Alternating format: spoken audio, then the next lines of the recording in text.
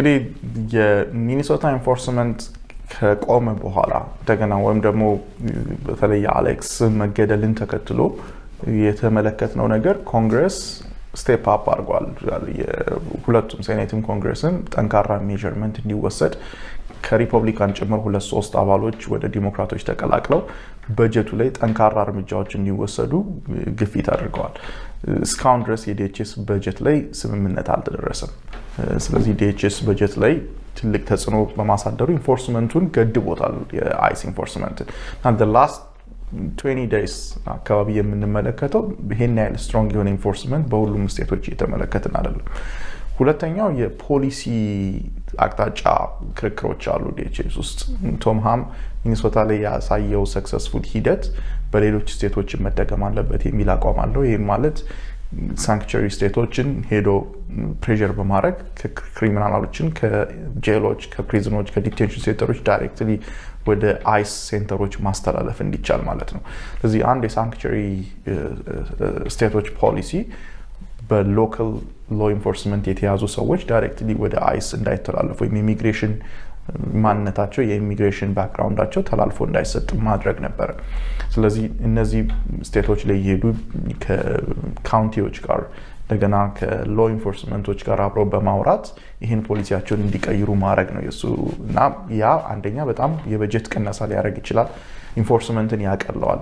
ለአንድ ሰው የሚላከው የአይስ መጠን ቁጥር አነስተኛ ይሆናል። ስለዚህ መንገድ ላይ የምትመለከቱት አይነት ኢንፎርስመንቶች ላይኖሩ ይችላሉ። ታርጌትድ ኢንፎርስመንት ነው የሚሆነው። ፐብሊክም ሳፖርት አለው። ምክንያቱም ፐብሊኩ ክሪሚናል ኤሊያንስ የሚባሉትን ለቅሞ ማስወጣት ይፈልጋሉ፣ ወይም ደግሞ ጉዳት የሚያመጡ ኢሚግራንቶች ከአሜሪካ ስትሪት ላይ እንዲቀነሱ ይፈልጋሉ እና ስለዚህ ከዛም አንጻር የራሱ ስትሮንግ የሆነ ባክአፕ ሳፖርት አለው። ሌላኛው ፖሊሲ ግን አግሬሲቭ የሆነ ኢንፎርስመንት እንዲካሄድ ነው። ይሄ ስቴፈን ሚለር አቋም ነው። ዲኤችኤስ ውስጥ ሴክሬታሪ ናኦም ይሄን ትደግፋለች። እንግዲህ ሙለን አቋሙ የቱ ጋር እንደሚሆን ግልጽ አይደለም። የተለየ አቋም እስካሁን እንዳለው የሚያንጸባርቅ ነገር አልተመለከትኩም በእኔ በኩል። ስለዚህ ምናየው ይሆናል። ያን ግን ሴናተር ስለነበረ ከህዝቡ ጋር ኮንታክት ስለነበረው ሜቢ የተለየ አቋም ሊኖረው ይችላል። አይ ዶንት ኖ ያን ያህል ተስፋ ማድረግ ያለብን አይመስለኝም። ኦቨርኦል የዲኤችኤስ በጀት አሁን ሪስትሪክትድ ወይም ደግሞ በጀቱ በስነ ስርዓት በሁለቱም የዲሞክራት እና የሪፐብሊካን ሪፕሬዘንታቲቮች ስምምነት ላይ ስላልተደረሰ ገደብ ስላለው ኢንፎርስመንት አግሬሲቭሊ እየተመለከትን አይደለም።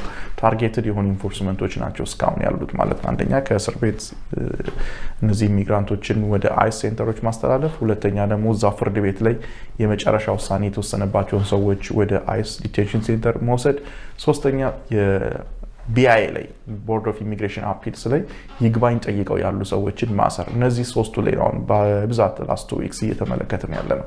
በትዳር አማካኝነት የሚገኝን ግሪን ካርድ ወይም ደግሞ የመኖሪያ ፈቃድን በተመለከተ አንድ ሰው ማድረግ የሌለበትን ነገር ኢምፖርታንት ነገር ለመናገር ነው ዛሬ መጣሁ። አላን ጉደታ ነኝ ከአላን ጉደታ የጠበቃ ቢሮ። አሜሪካን ሀገር የአሜሪካ ሲቲዝን የሆነን ሰው በትዳር ከተቆራኛችሁ በኋላ ያ ሰው ያው ለባለቤቱ ለሚስቱ ወይም ለባሏ የመኖሪያ ፈቃድን ለማስገኘት የሚጀመር ፕሮሰስ አለ። አጀስትመንት ኦፍ ስታተስ ይባላል። ያን አጀስትመንት ኦፍ ስታተስ አፕላይ ካደረጋችሁ በኋላ ዋናው ቁልፍ ነገር ብዙ ጊዜ ዩኤስሲአይኤስ ወይም ደግሞ ኦፊሰሮቹ ኢንተርቪው በሚያደርጓችሁ ጊዜ ትልቁ የሚያዩት ነገር ከሜሬጅ ሰርቲፊኬቱ ቀጥሎ አብራችሁ ትኖራላችሁ የሚለው። አንዳንድ ሰው ፎር ሶ መኒ ሪዝንስ አብሮ የማይኖርበት ጊዜ አለ። በስራ በህመም ወይም ደግሞ በተለያዩ ምክንያት አብራችሁ ላትኖሩ ትችላላችሁ። ያ ትልቅ ሬድ ፍላግ። አም ሶሪ ኢት ኢዝ ዋት ኢት ኢዝ። ኦፊሰሮቹ መጀመሪያ የሚያዩት ነገር እነዚህ ባልና ሚስቶች አብረው ነው ወይ የሚኖሩት ከሜሬጅ ሰርቲፊኬቱ ቀጥሎ። አብራችሁ ማትኖሩ ከሆነ ኬዙ በጣም ዊክ ያደርገዋል። ስለዚህ በተቻለ መጠን ይሄን ፕሮሰስ የምትጀምሩ ሰዎች አብራችሁ መኖራችሁና መኖራችሁ ብቻም በቂ አይደለም፣ አብራችሁ እንደምትኖሩ የሚያሳይ ማስረጃዎችን አሰባስባችሁ ነው ለኢንተርቪው መሄድ ያለባችሁ ወይም ደግሞ አፕሊኬሽኑን ማስገባት ያለባችሁ። ከአብሮ ከመኖር ውጪ ደግሞ ሁለተኛው በጣም ኢምፖርታንቱ ነገር ደግሞ ምንድነው? ፋይናንሻል ሪሶርሳችሁ አንድ ላይ ኮምባይንድ ሆኗል ወይ ነው። ባንክ አካውንት አላችሁ ወይ ወይም ታክስ ሪተርን አብራችሁ ታሰራላችሁ ወይ ወይም ደግሞ የክሬዲት ካርድ አብራችሁ ትጠቀማላችሁ ወይ፣ ዩቲሊቲ ቢልስ ትከፍላላችሁ ወይ፣ ሊዝ አብሮ አለ ወይ። እነዚህ these are really important information and documentation that you really need ኦፊሰሮቹን ኮንቪንስ ለማድረግ ወይም ደግሞ ትዳራችን የእውነት ነው ቦናፋይድ ነው ባለቤቴ ወይም ደግሞ ሚስቴ ወይም ባሌ ይሄ ግሪን ካርድ ወይም ደግሞ የመኖሪያ ፈቃድ ያስፈልጋቸዋል ብሎ ለመናገር ማለት ነው። እንዳትረሱ ይጠቅማቸዋል በሚል ነው። አለን ጉደታ ነኝ ከአላን ጉደታ የጠበቃ ቢሮ። በጉዲፈቻ የማሳድጋቸውን ልጆች ወደ አሜሪካን ሀገር ማምጣት እችላለሁ ወይስ አልችልም? የዛሬው አርዕስት ይሄ ነው።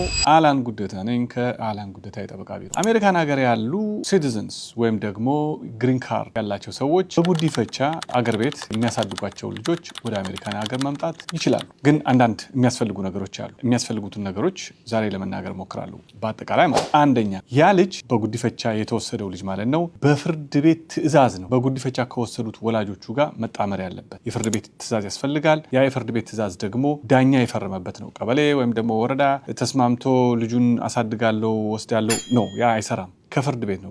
ከትክክለኛ ፍርድ ቤት ዳኛ የፈረደበት መሆን አለበት። የፍርድ ቤት ወረቀት ያስፈልጋል ነው የመጀመሪያው። ሁለተኛው ደግሞ ልጁ ከ16 ዓመት በታች መሆን አለበት። ከ16 ዓመት በላይ የሆኑ ልጆች በጉዲፈቻ መውሰድ አይቻልም። ስለዚህ ህፃናት ሊሆኑ ይችላሉ፣ የ1 ዓመት የ2 ዓመት ከተወለደም ጀምሮ፣ ግን ከ16 ዓመት መብለጥ የለበት አንደር ስፔሻል ሰርከምስታንስ ካልሆነ በስተቀር ማለት ነው። ይሄኛው ሁለተኛው። ሶስተኛው ደግሞ በጉዲፈቻ የወሰደው ወላጅና ህፃኑ ወይም ደግሞ በጉዲፈቻ የተወሰደው ልጅ በአንድ ጣራ ስር ለ2 ዓመት መኖር አለበት። በአንድ ጣራ ፉል ከስተዲ ኖሮት ማለት ነው። ወላጅ ትምህርት ቤቱን፣ የልጁን ምግብ፣ ልብሱን፣ ማሳደጉን በሙሉ ሪስፖንሲቢሊቲውን ወስዶ ሚኒመም ለ2 ዓመት በአንድ ጣራ ከልጁ ጋር መኖር አለበት። ያ ሪኳየርመንት ነው። ሌላው አራተኛው ደግሞ ሪኳየርመንት ምንድን ነው? ማመልከቻውን ከማስገባቱ በፊት ወላጅ አሜሪካን ሀገር መጥተው ኖ ይሄ ልጄ ነው በጉዲፈቻ የወሰድኩት ነው፣ የፍርድ ቤት ወረቀት አለኝ፣ ስለዚህ ማምጣት ፈልጋለሁ ከማለቱ በፊት ደግሞ 2 ዓመት ማለፍ አለበት። ከ2 ዓመት በፊት ከሆነ የወሰደው አይችልም። ስለዚህ ያንን ዓመት መጠበቅ አለባችሁ ማለት ነው። 2 ዓመት። ብዙ ጊዜ አሁን ይሄ በጉዲፈቻ ልጆችን ለማምጣት የሚደረጉ ማመልከቻዎች አንዳንድ ሜጀር የሆኑ ችግሮች የሚገጥማቸው ምንድን ነው የተባለ እንደሆነ የመጀመሪያው አብዛኛው ሰው ባለማወቅ በጋርዲያን ወይም ደግሞ አሳዳጊ እኔ ነኝ፣ ልጁ እኔ ጋ ነው የኖረው የተማረው፣ እኔ ነኝ ያሳደግኩት፣ ገንዘብ ያወጣሁት፣ እንደ ልጄ ያሳደግኩት ይላል። ያ በቂ አይደለም አንሌስ የፍርድ ቤት ትዕዛዝ ከሌለ በስተቀር ማለት ነው። ሁለተኛው ደግሞ ልጁ ከ16 ዓመት በላይ ከሆነ ደግሞ ምንም ልጅ ቢሆን ህጉ የአሜሪካን ሀገር ህግ የሚለው የጉዲፈቻው ወረቀት ወይም ደግሞ ከፍርድ ቤት የወጣው ወረቀት ልጁ 16 ዓመት ልደቱን ከማክበሩ በፊት ነው የሚለው። ስለዚህ ከዛ በኋላ በፍርድ ቤት እንኳን ብትረከቡ ብዙ ጊዜ ያንን ፕሮሰስ አድርጎ ያንን ልጅ ወደ አሜሪካን ሀገር ለማምጣት ትንሽ ይከብዳል። ስለዚህ አሜሪካን ሀገር ከመጣችሁ በኋላ በፍርድ ቤት በጉዲፈቻ ይህን ልጅ እናሳድገዋለን ብላችሁ ፕሮሰስ አድርጎ ወደ አሜሪካን ሀገር ለማምጣት መብቱ ቢኖራችሁም እነዚህን 3 ነገሮች ማሟላት አለባችሁ። የመጀመሪያው የፍርድ ቤት ወረቀት ነው። የሁለተኛው ልጁ ከ16 ዓመት በታች መሆን አለበት። ሶስተኛ ደግሞ በአንድ ጣራ ስር ከህፃኑ ጋር ወይም ከልጁ ጋር መኖር አለበት። በተጨማሪ ደግሞ ማመልከቻውን ከማስገባታችሁ በፊት ሚኒመም 2 ዓመት መቆየት አለባችሁ። ይጠቅማችኋል በሚል ነው። አላን ጉደታ ነኝ ከአላን ጉደታ የጠበቃ ቢሮ።